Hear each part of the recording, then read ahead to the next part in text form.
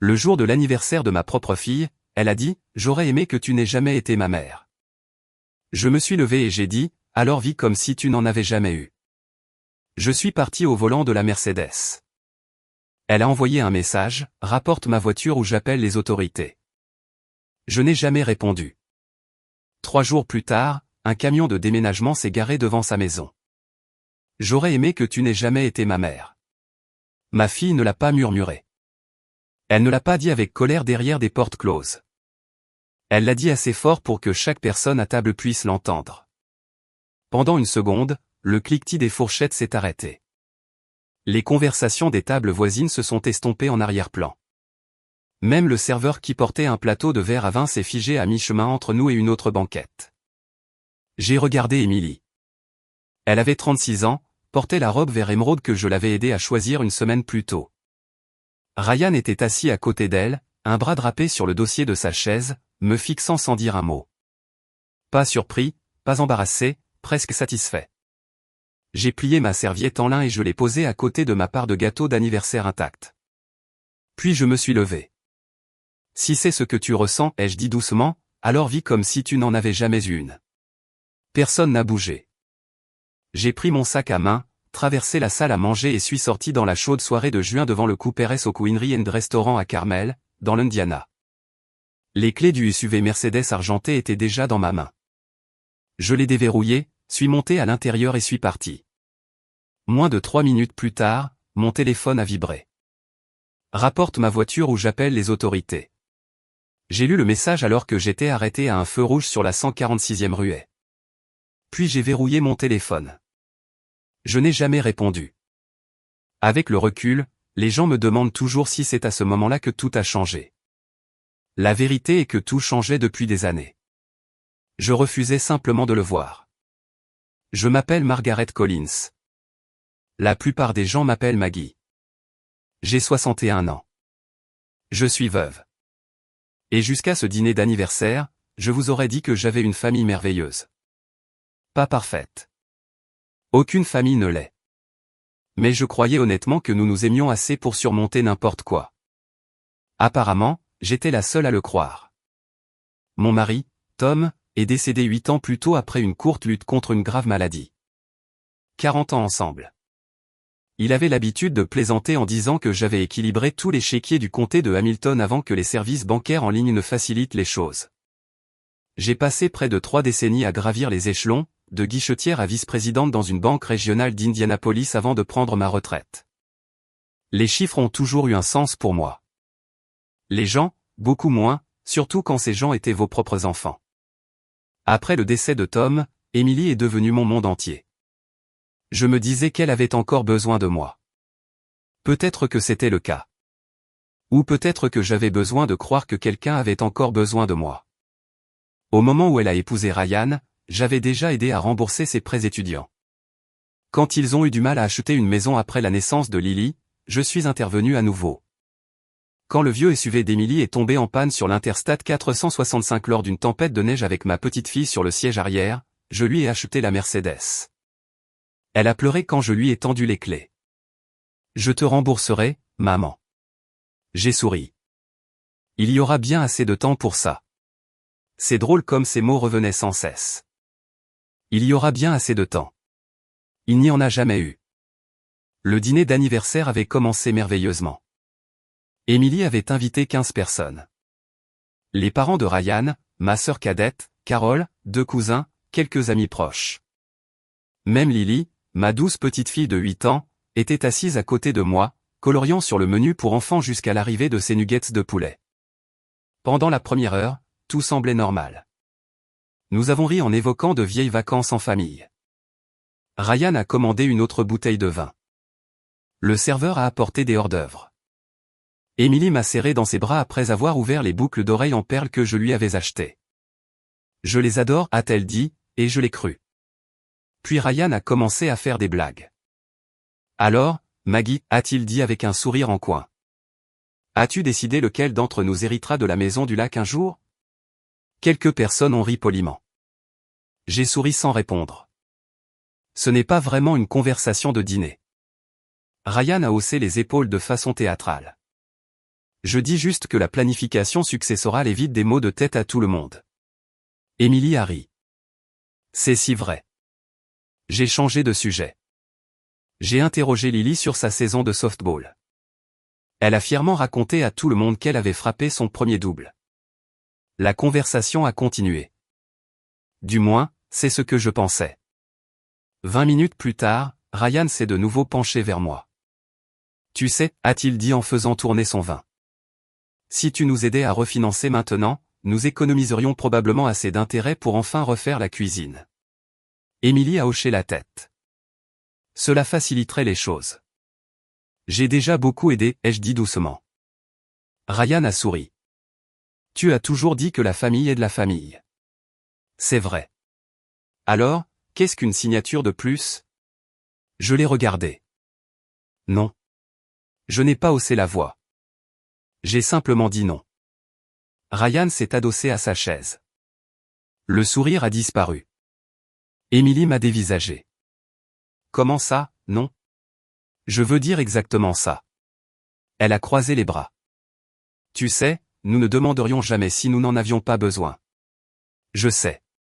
Alors pourquoi ne veux-tu pas aider? Parce que parfois, aider n'est pas vraiment aider. Ryan a laissé échapper un petit rire. Ça y est. Émilie avait l'air confuse. Ça y est quoi?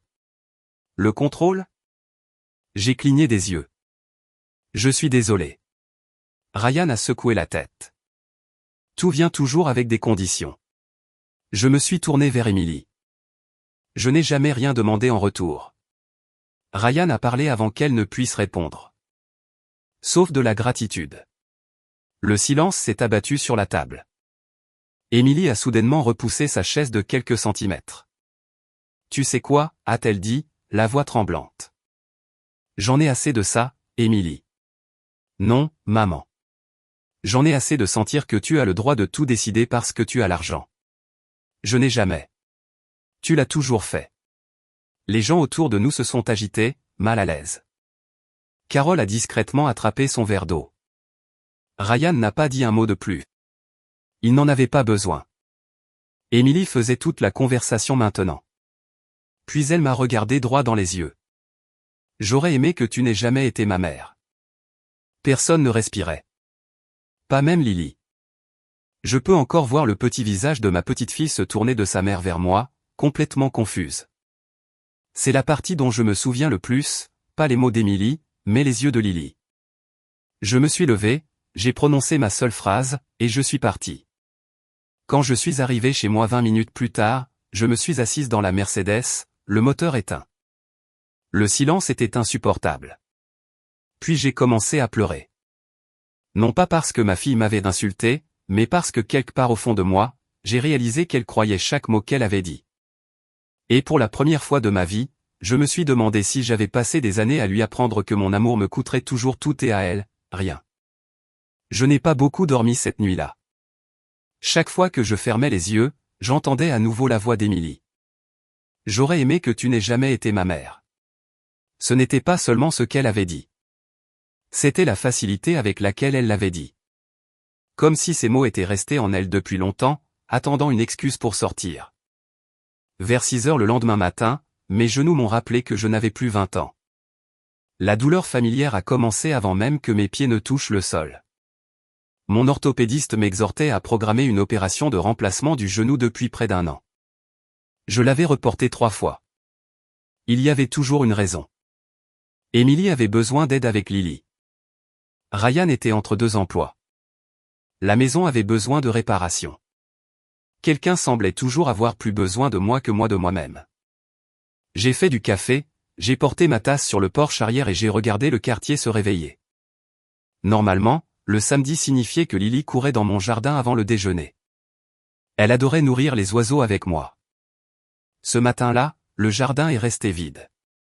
J'ai vérifié mon téléphone. Rien, aucune excuse, aucune explication, juste le silence. Je me suis dit de laisser tomber. Au lieu de cela, j'ai ouvert l'album photo sur mon téléphone.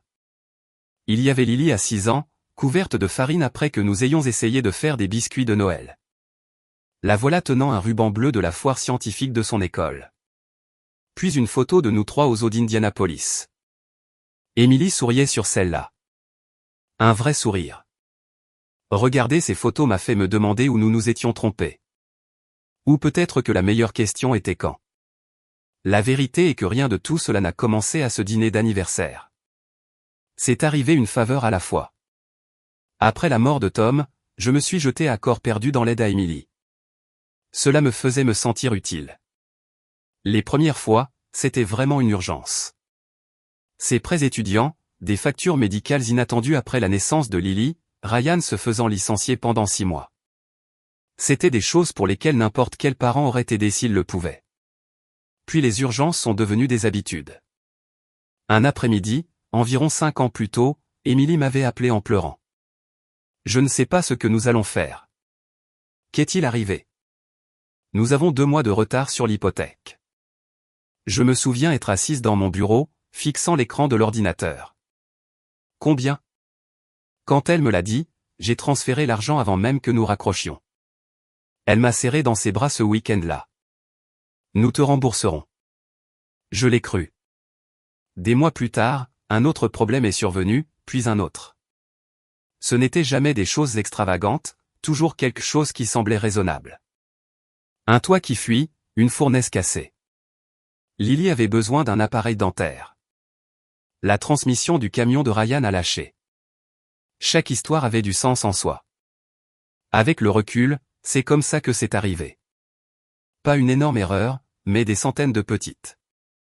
La Mercedes avait été différente. Ce n'était pas parce qu'Émilie l'avait demandé. Elle ne l'a jamais fait.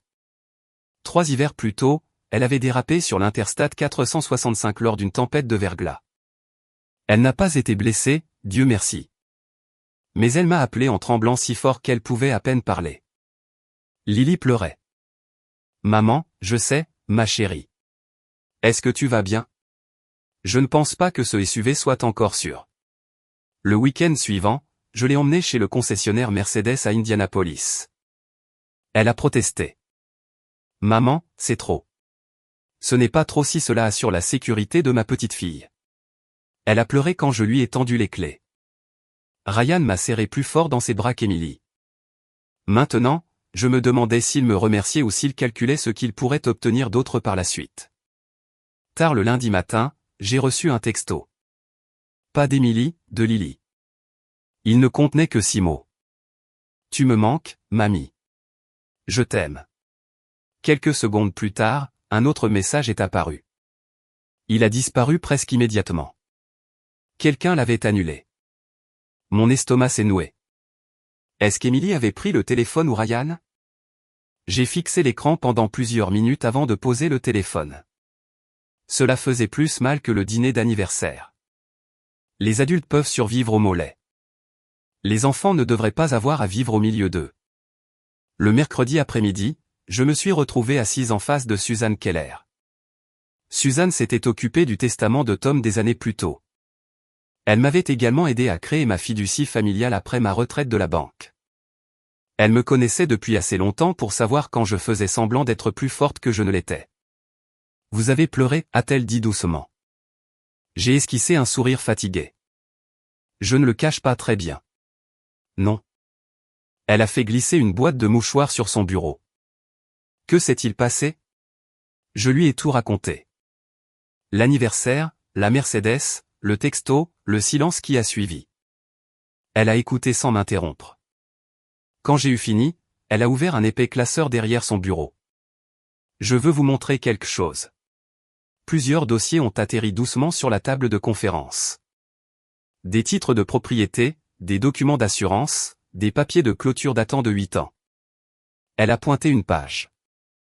Vous souvenez-vous d'avoir acheté la maison d'Émilie? J'ai hoché la tête. Il ne pouvait pas obtenir le prêt hypothécaire à cause des problèmes de crédit de Ryan. Vous avez payé comptant? Oui. Suzanne a ajusté ses lunettes. Et vous souvenez-vous de mon conseil? Des bribes me sont revenues. Émilie était enceinte de 8 mois de Lily. Elle était épuisée après avoir signé ce qui semblait être 50 documents différents. Suzanne avait suggéré de placer la maison dans ma fiducie familiale jusqu'à ce que les antécédents financiers de Ryan soient plus loin derrière lui. Cela protégeait la propriété tout en donnant à Émilie et à sa famille l'usage complet de la maison. À l'époque, tout le monde était d'accord, y compris Émilie. Suzanne m'a regardé droit dans les yeux. Vous ne lui avez jamais promis de lui donner cette maison. Non. Vous lui avez promis qu'elle aurait toujours un endroit où vivre. Il y avait une différence, une que j'avais cessé de voir il y a des années. Suzanne a croisé les mains. Maggie, me demandez-vous comment punir votre fille? J'ai immédiatement secoué la tête. Non. Alors que demandez-vous? La réponse m'a surprise moi-même. Je crois que je demande comment arrêter de disparaître. Suzanne a souri tristement. C'est une question beaucoup plus saine. P. Or la première fois depuis le dîner d'anniversaire, je ne me sentais pas en colère. Je ressentais quelque chose de bien plus difficile. J'ai réalisé que j'avais passé des années à protéger ma fille des conséquences de ses choix. Et en faisant cela, j'avais peut-être contribué à créer la femme qui croyait que je lui devais tout. J'ai ramené le dossier de Suzanne à la maison et je l'ai laissé sur la table de ma cuisine. Pendant 2 jours, je suis passé devant sans l'ouvrir à nouveau. Chaque fois que je regardais ces papiers, j'entendais la voix d'Émilie au restaurant. J'aurais aimé que tu n'aies jamais été ma mère. Puis j'ai entendu une autre voix. Lily. Tu me manques, mamie. Ce petit texto est resté sur mon téléphone. J'ai dû le lire 50 fois. Le vendredi matin, je n'avais toujours rien signé. J'ai fait du porridge que je n'ai pas mangé. Le café a refroidi à côté de moi. J'ai même pris le téléphone 2 fois pour appeler Suzanne et lui dire d'oublier tout. Peut-être que je surréagissais. Peut-être qu'Émilie se calmerait. Peut-être qu'elle appellerait. Peut-être que nous trouverions une solution. J'étais encore en train de débattre avec moi-même quand mon téléphone a sonné. C'était un numéro inconnu. Allô. Il y a eu une longue pause. Puis j'ai entendu un tout petit murmure. Mamie? Lily, je n'ai qu'1 minute. Mon cœur s'est immédiatement mis à battre la chamade. Ma chérie, est-ce que tu vas bien? Oui. Une autre pause. Ça me manque de nourrir les oiseaux. J'ai fermé les yeux. Tu me manques aussi. Elle a baissé la voix encore plus. Maman dit que nous ne venons plus. J'ai dégluti avec difficulté. Est-ce que maman t'a dit pourquoi? Non. Silence. Puis elle a dit quelque chose qui me brise encore le cœur. Elle dit que tu es égoïste maintenant. Je ne pouvais pas parler. Non pas parce que j'étais en colère. Parce qu'une petite fille de 8 ans essayait de donner un sens à une dispute d'adulte dans laquelle elle n'avait jamais demandé à faire partie. Lily, ai-je finalement réussi à dire. Je t'aime très fort. Je t'aime aussi. Je t'aimerai toujours. Je sais. Une autre voix a résonné quelque part en arrière-plan. Lily, elle a halté. Je dois y aller. La ligne a été coupée. Je suis resté assise là, fixant mon téléphone jusqu'à ce que l'écran devienne noir. C'est à ce moment-là que quelque chose a changé en moi. Non pas parce qu'Émilie m'avait insulté, non pas à cause de la Mercedes, mais parce que j'ai réalisé qu'on enseignait déjà à ma petite fille une histoire sur moi qui n'était pas vraie. J'ai pris mon sac à main. Cette fois, j'ai conduit directement au bureau de Suzanne. Elle a levé les yeux quand je suis entré. J'avais le sentiment que je vous verrais aujourd'hui. Je me suis assise en face d'elle. Je suis prête. Elle n'a pas souri. Elle a simplement hoché la tête. Vous comprenez ce qui va suivre? Oui. Suzanne a fait glisser un dernier document vers moi. Ceci autorise la récupération des biens que vous possédez encore légalement. J'ai signé. Puis je l'ai regardé. Je ne veux pas que quiconque soit embarrassé. Je sais. Je ne veux pas de cris. Je sais. Et surtout, je ne veux pas que Lily ait peur. Nous nous en occuperons de manière professionnelle. Elle a fermé le dossier. J'ai déjà pris rendez-vous avec des déménageurs agréés pour lundi matin. Tout est soudain devenu réel. Le lundi est arrivé, plus chaud que d'habitude. À 9 heures, je me suis retrouvé assise dans ma propre allée, incapable d'arrêter de regarder l'heure. Je n'allais pas chez Émilie. Suzanne me l'avait déconseillé. Il y aura déjà assez d'émotions, avait-elle dit. Vous n'avez pas besoin de vous tenir au milieu d'elle. Pourtant, attendre était presque pire. À 9h17, Suzanne a envoyé un texto. Les déménageurs sont arrivés. À 9h31, les autorités ont été appelées. Tout reste calme. J'ai expiré un souffle que je n'avais pas réalisé que je retenais. À 9h46, mon téléphone a sonné. C'était Suzanne. Vous pouvez vous détendre. Je ne me sens pas très détendu. Je sais. Que s'est-il passé? L'entreprise de déménagement a commencé à charger les meubles exactement comme prévu. J'ai fermé les yeux. Ma salle à manger? Oui. Le canapé en cuir? Oui. La chambre à coucher que Tom et moi avions achetée avant qu'Emily ne se marie. Celle-là aussi. Tout avait été documenté des années plus tôt. Chaque reçu, chaque photographie, chaque avenant d'assurance. Je n'avais pas gardé ces dossiers parce que je m'attendais à les utiliser contre ma fille. Je les avais gardés parce que j'avais passé 30 ans dans le secteur bancaire. Les vieilles habitudes ont la vie dure. Ryan a exigé que le déménageur s'arrête, a continué Suzanne. Je suppose qu'ils ne l'ont pas fait. Ils lui ont demandé de me parler. Je pouvais presque l'imaginer. Ryan, debout dans l'allée, essayant de charmer tout le monde, puis essayant de les intimider quand le charme a échoué. Et les autorités? Elles ont examiné les documents. Qu'ont-elles dit? Suzanne a gloussé doucement. Exactement ce à quoi je m'attendais. Elle s'est éclaircie la gorge. Cela semble être une affaire civile. La propriété des biens listés a été documentée. Personne n'a été emmené. Pas de scène dramatique, juste des faits. Parfois, les faits frappent plus fort que la colère. Vers midi, ma voisine Diane a appelé. J'espère que ça ne te dérange pas que je te demande. Demander quoi? Je passais en voiture dans le quartier d'Emily après mon rendez-vous chez le dentiste. Je savais ce qu'elle allait dire. J'ai vu le camion de déménagement. Comme tout le monde. J'ai failli t'appeler. Tu viens de le faire. Elle a hésité. Je te connais depuis 20 ans, Maggie. Oui. Tu dois avoir eu une très bonne raison. Cette phrase m'a prise au dépourvu. Elle ne m'avait pas jugé. Elle n'avait pas demandé ce que j'avais fait de mal. Elle a supposé que je n'étais pas arrivé à ce point à la légère. Je l'avais, ai-je dit doucement. Je m'en doutais. Cet après-midi-là, un autre texto d'Emily est apparu. Celui-ci était beaucoup plus long. Comment as-tu pu nous humilier comme ça? Lily pleurait. Ryan dit que tu as perdu la tête. Si papa était en vie, il aurait honte de toi. J'ai lu chaque mot. Puis j'ai regardé la photo encadrée de Tom posée sur l'étagère. Il souriait, une canne à pêche dans une main, une tasse de café dans l'autre. Je savais exactement ce qu'il aurait dit. Assez, c'est assez, Maggie.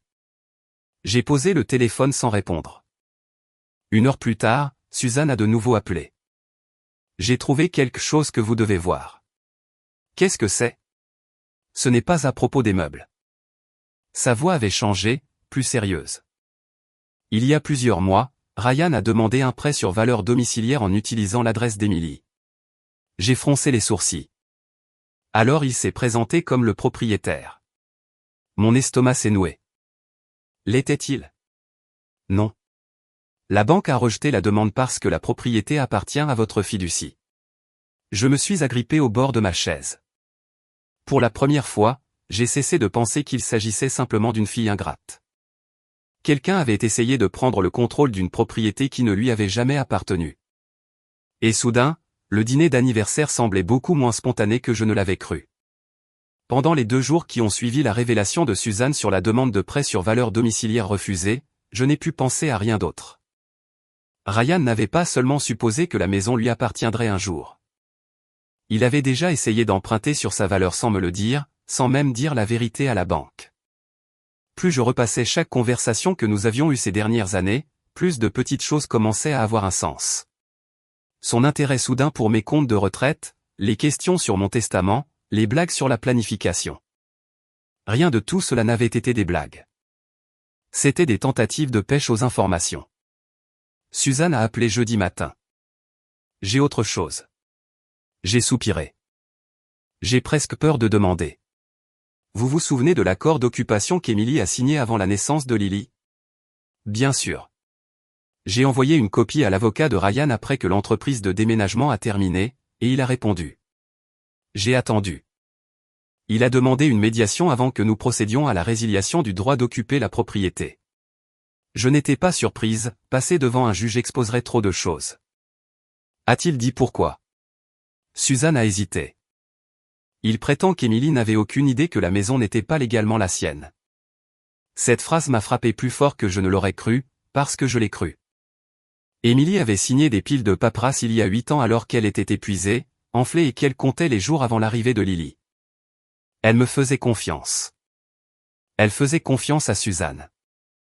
Et surtout, elle faisait confiance à Ryan pour comprendre les détails financiers. Peut-être n'avait-elle jamais regardé un autre document après ce jour-là. Peut-être croyait-elle honnêtement qu'elle vivait dans une maison qui lui appartenait déjà.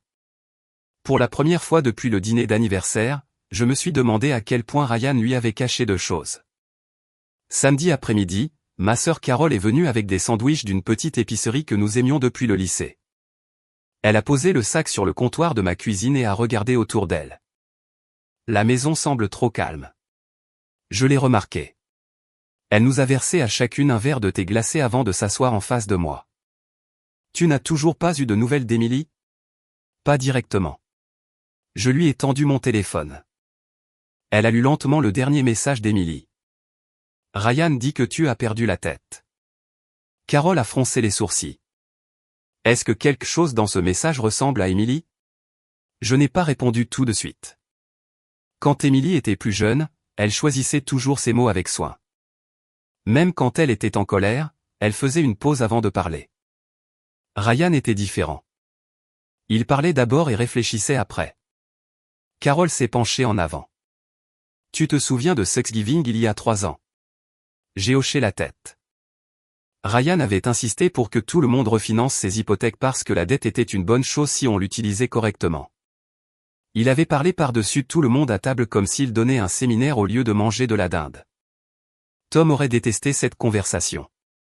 Carole a continué, je l'ai regardé répondre aux questions pour Emily tout l'après-midi.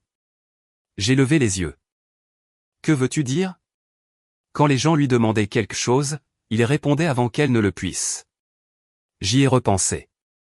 C'est vrai. Je l'avais remarqué à l'époque, mais j'avais balayé ça d'un revers de la main. Les couples nouvellement mariés développent parfois des habitudes étranges, sauf qu'ils n'étaient plus nouvellement mariés. Le mardi suivant, Suzanne m'a invité à son bureau. Quand je suis arrivé, un mince dossier se trouvait devant ma chaise. Je pense que vous devriez voir ça. Elle l'a ouvert. À l'intérieur se trouvaient des captures d'écran imprimées, des messages de groupe. Le nom de l'expéditeur était Ryan. D'où viennent-ils? De l'amie d'université d'Emily, Melissa. J'ai immédiatement reconnu le nom. Melissa avait été la colocataire d'Emily à Purdue. Les captures d'écran n'étaient pas dramatiques. Elles étaient pires. Un message disait, « Elle est trop tendre. Si je la pousse assez fort, elle demandera à nouveau à sa mère. » Un autre, « Maggie cède toujours. Elle déteste décevoir Emily. » Puis un datant de 6 mois plus tôt. Une fois que la maison sera enfin à nous, nous pourrons utiliser la valeur nette pour tout effacer.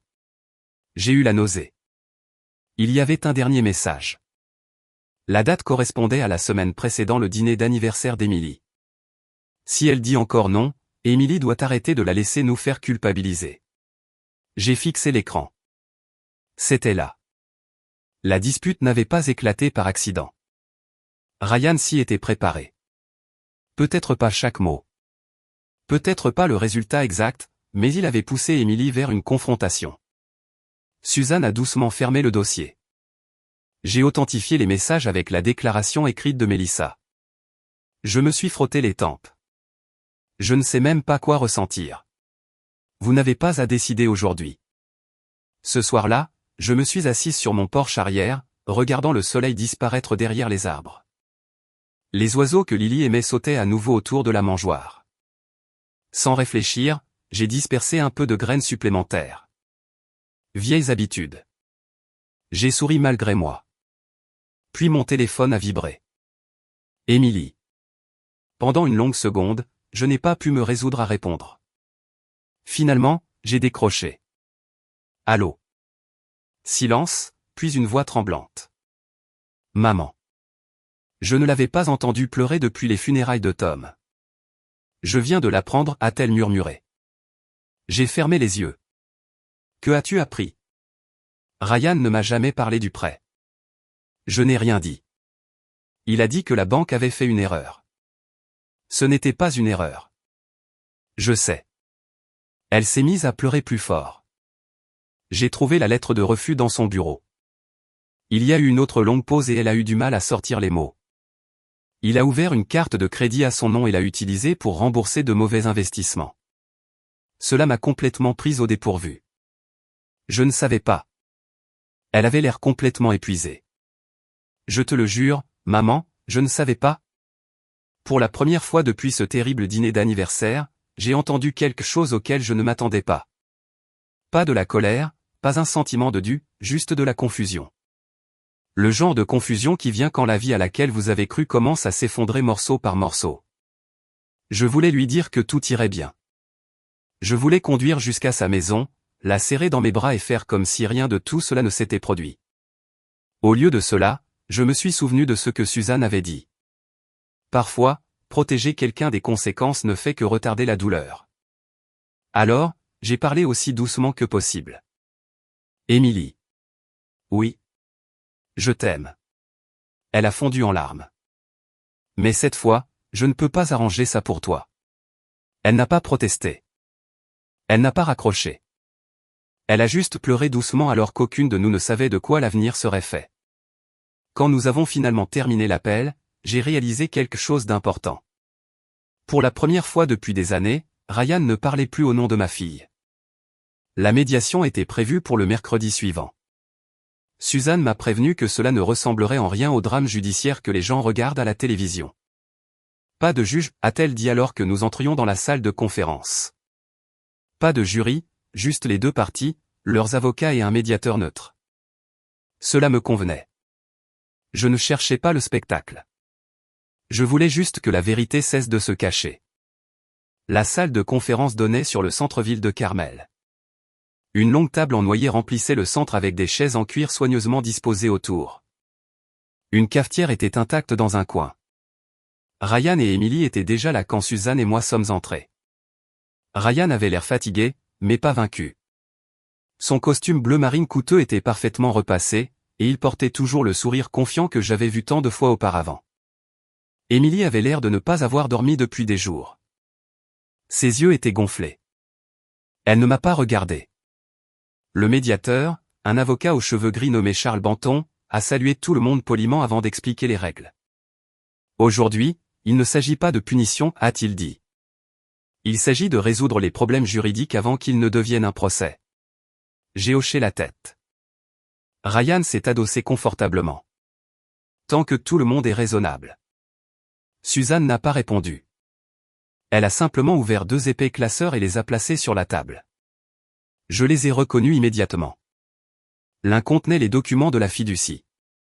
L'autre contenait tout le reste, des années de reçus, de dossiers d'assurance, de virements bancaires, d'inventaire de biens, de photographies, chaque morceau de papier que j'avais gardé simplement parce que j'avais passé la majeure partie de ma carrière à croire que la documentation comptait.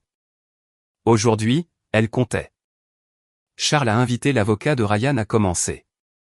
Un homme plus jeune nommé Eric a souri poliment. Mes clients croient qu'il y a eu un malentendu concernant la propriété de la résidence. Suzanne a fait glisser un document sur la table. Il n'y en a pas. Charles l'a examiné attentivement. L'accord de fiducie exécuté 8 ans plus tôt, enregistré auprès du comté, parfaitement valide. Ryan s'est éclairci la gorge. Emily y vit depuis près d'une décennie. Suzanne a hoché la tête. Oui. Nous l'avons entretenu. Oui. Nous l'avons traité comme notre maison. Aussi, oui. Ryan a écarté les mains. Alors, comment peut-elle la perdre soudainement? La réponse de Suzanne était calme. L'occupation et la propriété ne sont pas la même chose. Le silence s'est installé dans la pièce. Charles a tourné une autre page, puis une autre. Personne n'a parlé. Finalement, il a regardé Ryan. Cet accord est très clair. Ryan s'est agité sur sa chaise pour la première fois. Sa confiance s'est un peu estompée. Il a essayé une autre approche. Très bien, il s'est éclairci la gorge et a pointé vers moi. Mais elle a promis cette maison à Emily. Je l'ai regardé droit dans les yeux. J'ai promis à ma fille qu'elle aurait toujours un endroit sûr pour élever Lily. J'ai fait une pause. Je n'ai jamais promis à personne la propriété sans la responsabilité. Emily a finalement levé les yeux, juste une seconde. Puis elle a baissé les yeux à nouveau. Suzanne a ouvert le deuxième classeur. Il y a un autre problème. Elle a placé plusieurs documents devant Charles. La tentative de prêt sur valeur domiciliaire. Ryan a immédiatement parlé. C'était exploratoire. Suzanne l'a ignoré. La demande identifie M. Walker comme le propriétaire du bien. Charles a comparé la demande avec les dossiers de la fiducie. Ils ne correspondent pas. Non, a répondu Suzanne. Ils ne correspondent pas. L'avocat de Ryan s'est penché vers lui et a murmuré quelque chose. La mâchoire de Ryan s'est crispée. Puis Suzanne a placé une autre pile de papier sur la table. Les messages textes imprimés. La déclaration sous serment de Mélissa. Charles a lu en silence pendant plusieurs minutes. Personne ne l'a interrompu. La pièce semblait incroyablement silencieuse. Finalement, il a regardé Ryan. Avez-vous écrit ces messages? Ryan n'a pas répondu. Son avocat a doucement posé une main sur son bras. Vous n'êtes pas obligé de répondre. Charles a hoché la tête. Compris. M. Et le silence en disait assez. Suzanne a tourné une dernière page. Les messages décrivent un plan pour faire pression sur Madame Collins afin qu'elle transfère la propriété. Ryan a finalement craqué. Oh, allez. Sa chaise a raclé bruyamment contre le sol alors qu'il se levait. Tout le monde demande de l'aide à sa famille. Ce n'était pas de l'aide, a répondu Suzanne d'un ton égal. C'était de la manipulation. Ryan m'a pointé du doigt. Elle a contrôlé Emily pendant des années. Avant que je puisse répondre, quelqu'un d'autre l'a fait. Non. Toutes les têtes se sont tournées. Emily était debout. Ses mains tremblaient, mais pas sa voix. Non, a-t-elle répété. Ryan la dévisagea. Emily. Tu m'as dit que maman cachait des choses. Je nous protégeais. Tu m'as dit que la maison était pratiquement à nous déjà. Elle aurait dû l'être. Tu m'as dit qu'elle disait non seulement parce qu'elle voulait que nous la supplions. Ryan a fait un pas vers elle. Ne fais pas ça. Elle a reculé à la place. J'ai trouvé les papiers du prêt. Il s'est figé. J'ai trouvé les relevés de dettes cachés. Personne n'a bougé. Emily a sorti une petite enveloppe de son sac à main et l'a posée sur la table. J'ai aussi trouvé ça. Le visage de Ryan a perdu le peu de couleur qui lui restait. Charles a ouvert l'enveloppe. À l'intérieur se trouvaient plusieurs relevés bancaires inexpliqués, des milliers de dollars, des visites répétées sur plusieurs mois. La pièce est devenue si silencieuse que je pouvais entendre le bourdonnement du climatiseur. Ryan a regardé autour de lui, désespéré. Vous ne comprenez pas. Emily a secoué la tête. Non. Une larme a coulé sur sa joue. Je comprends enfin, elle s'est tournée vers moi. Pour la première fois depuis mon dîner d'anniversaire, elle a croisé mon regard sans colère. Je suis tellement désolé, maman. J'ai senti toutes les émotions que j'avais portées pendant des semaines monter d'un seul coup. Le soulagement, le chagrin, l'amour, le deuil. Je voulais m'approcher et la serrer dans mes bras. Au lieu de cela, je suis resté où j'étais. Parce que ce moment ne consistait pas à la sauver. Il s'agissait de la laisser se débrouiller seule. Charles a fermé le dossier. Je crois que la médiation d'aujourd'hui a répondu aux questions juridiques centrales. L'avocat de Ryan s'est doucement penché. Nous devrions discuter d'un règlement. Ryan a regardé une dernière fois la pièce. Personne n'était plus à ses côtés. Ni son avocat, ni Emily, ni même l'histoire qu'il avait passé des années à construire. Alors que Suzanne rassemblait nos documents, elle s'est penchée vers moi et a parlé assez doucement pour que seul moi puisse l'entendre. Vous avez fait la chose la plus difficile qu'un parent puisse faire. J'ai regardé par la fenêtre de la salle de conférence le brillant après-midi de l'Indiana. Qu'est-ce que c'était? Elle a souri doucement. Vous avez finalement cessé de confondre l'amour avec la capitulation. Pour la première fois depuis des semaines, j'ai cru que ma famille avait encore une chance. Ce ne serait juste pas la famille que Ryan avait essayé de créer. Il a fallu près de 11 mois avant qu'Emily et moi nous asseyions à nouveau l'une en face de l'autre. Pas dans le bureau d'un avocat, pas à une table de médiation, juste un petit café tranquille au centre-ville de Noblesville, où nous avions pris le petit déjeuner des années avant la naissance de Lily. Je suis arrivé en avance. Vieille habitude. J'ai commandé un café et j'ai regardé les gens se dépêcher de passer devant les fenêtres. Quand la cloche au-dessus de la porte d'entrée a sonné, j'ai levé les yeux. Emily se tenait là, tenant son sac à main à deux mains. Elle avait l'air plus mince, pas en mauvaise santé, juste plus légère en quelque sorte, comme quelqu'un qui avait porté un lourd fardeau pendant longtemps et l'avait finalement déposé. Elle s'est approchée lentement. « Salut, maman. »« Salut, ma chérie. » Aucune de nous ne savait si nous devions nous étreindre. Après une seconde un peu gênante, elle s'est avancée. Moi aussi. Nous nous sommes tenus dans les bras l'une de l'autre pendant un long moment. Quand nous nous sommes finalement assises, aucune de nous n'a parlé tout de suite. Puis Emily a souri faiblement. J'ai répété cette conversation une centaine de fois. Moi aussi. Elle a ri à travers ses larmes. Je m'en doutais. La serveuse a apporté notre café et après son départ, Emily a cherché dans son sac à main. J'ai écrit quelque chose. Elle m'a tendu une enveloppe. Je n'étais pas sûr de pouvoir le dire. À l'intérieur se trouvait une lettre manuscrite de 6 pages. J'ai lu chaque mot pendant qu'elle regardait par la fenêtre. Elle a admis qu'elle avait ignoré les signes avant-coureurs parce que croire Ryan était plus facile que de remettre en question l'homme qu'elle avait épousé. Elle s'est excusée de l'avoir laissé parler pour elle. Elle a admis qu'elle avait commencé à attendre mon aide au lieu de l'apprécier. Une phrase m'a fait arrêter de lire un instant. Je n'arrêtais pas de penser que tu me prenais des choses. Je n'ai jamais réalisé tout ce que tu avais déjà donné. Au moment où j'ai atteint la dernière page, mes yeux étaient pleins de larmes. J'ai soigneusement plié la lettre et l'ai remise dans l'enveloppe. Tu ne me devais pas ça. Si. Non. J'ai tendu la main sur la table et j'ai serré la sienne. Elle a hoché la tête doucement. La vie était très différente maintenant. Ryan avait accepté un divorce plutôt que de se battre pour des dettes qui étaient clairement les siennes. Les documents de médiation et les dossiers financiers avaient laissé très peu de place à la discussion. Emily a déménagé dans une modeste maison de ville de 2 chambres à quelques kilomètres de l'école de Lily. Ce n'était pas luxueux. Les meubles n'étaient pas assortis. Elle avait trouvé la plupart d'entre eux dans des ventes de succession et des brocantes locales. Quand elle m'a fièrement montré l'endroit pour la première fois, elle a souri. J'ai payé chaque pièce moi-même. Je peux le voir.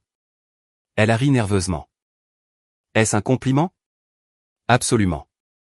Pour la première fois depuis qu'elle était une jeune femme, elle ne construisait pas une vie avec l'argent de quelqu'un d'autre. Elle la construisait elle-même. La maison est restée exactement là où elle avait toujours appartenu, au sein de la fiducie de la famille Collins. Non pas parce que je voulais le contrôle, mais parce que j'avais finalement appris que protéger quelque chose pour la prochaine génération signifiait parfois dire non à la génération actuelle. Emily l'a compris.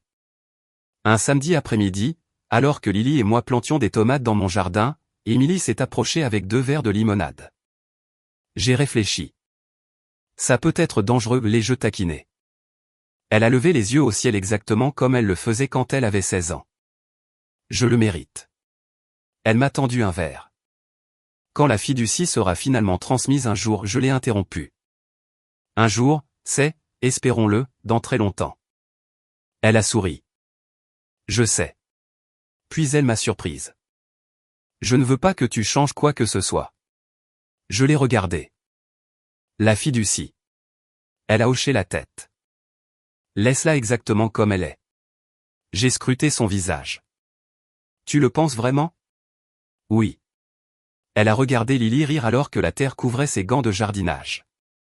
Je préférerais que Lily hérite de la stabilité plutôt que des attentes. Je ne pense pas qu'elle ait jamais dit quelque chose qui m'ait rendu plus fier. La Mercedes était une autre histoire. Quelques mois après la finalisation du divorce, Émilie l'a conduite dans mon allée. Elle est sortie et m'a tendu les clés. Je ne peux pas garder ça. Tu n'es pas obligé de la rendre. Je sais. Elle a souri. Mais je veux le faire. Nous l'avons vendue ensemble la semaine suivante. Aucune de nous ne voulait de se souvenir. Après les taxes et les frais, il restait encore assez d'argent pour commencer quelque chose de nouveau.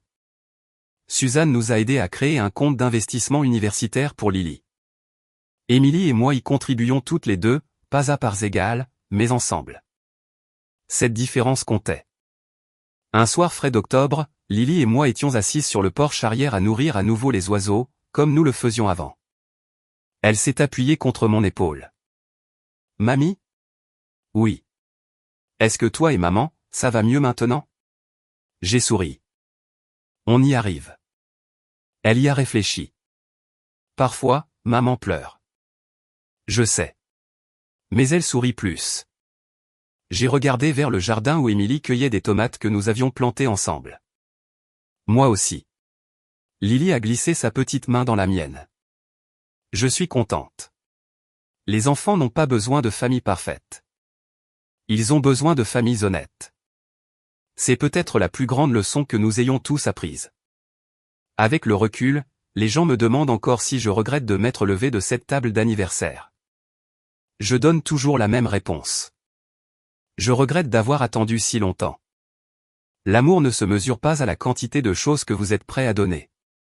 Parfois, il se mesure au courage de tracer enfin une limite saine et de faire confiance aux personnes que vous aimez pour grandir grâce à cela. Si cette histoire fictive vous a rappelé quelqu'un qui a dû choisir entre maintenir la paix et protéger son respect de soi, j'aimerais beaucoup lire vos réflexions dans les commentaires. Cette histoire est entièrement fictive et destinée uniquement à des fins de divertissement et d'éducation.